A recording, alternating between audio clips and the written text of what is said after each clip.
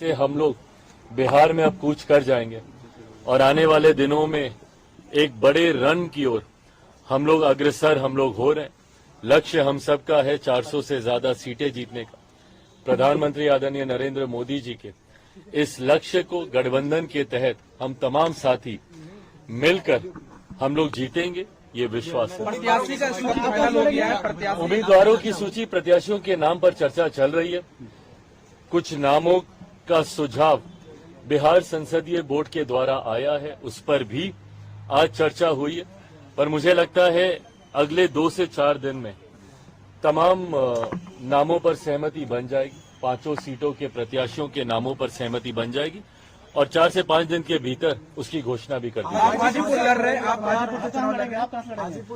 ये एक सहमति जरूर हुई है और आज भी केंद्रीय संसदीय बोर्ड में भी इस बात को लेकर औपचारिक मुहर लगा दी गई है। इतना तय है कि हाजीपुर, जो मेरे नेता, मेरे पिता आदरणीय रामविलास पासवान जी की कर्मभूमि रही है, वहां से एनडीए के प्रत्याशी के रूप में लोक जनशक्ति पार्टी रामविलास के उम्मीदवार मैं खुद स्वयं होऊंगा।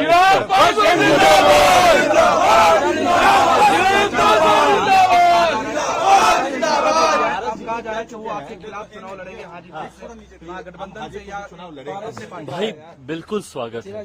देखिए, मैंने हमेशा हर चुनौती का मैंने डट कर सामना किया।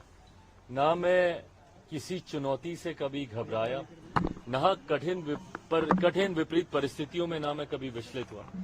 ऐसे में इस चुनौती को भी मैं पूरी तरीके से स्वीकार करता हूं। ये फैसला अंत में चाचा जी को ही लेना है। हमेशा उन्होंने कहा है कि अपने राजनीति में अपने अंतिम सांस तक वो प्रधानमंत्री जी के साथ रहेंगे, एनडीए के साथ रहेंगे। ये वादे, ये दावे वे करते आए हैं। ऐसे में क्या प्रधानमंत्री जी के 400 सीटों को जीतने का जो लक्ष्य है, क्या उसमें वह स्वयं रोड़ा बनेंगे? ये फैसला उन्हीं को ही करना है। पर हर चुनौती के लिए मैं तैयार हूं, इसमें मुझे कहीं कोई कठिनाई नहीं। प्रिंस राज से फिर आपकी सहमति, प्रिंस राज से समस्तीपुर के लिए जो अपने भाई हैं, क्या हो सकता है कि छोटे भाई मैंने बार बार कहा है कि मेरे लिए अब ये सिर्फ राजनीतिक विषय नहीं है, मेरे लिए ये पारिवारिक विषय भी है।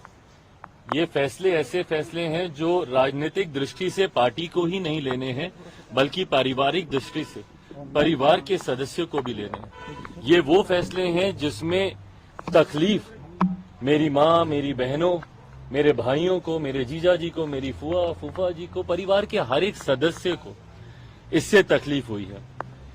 पर मैं इतना भी मैं जरूर कहूं कि पार्टी से, परिवार से अलग होने का फैसला तब भी उन्हीं का था।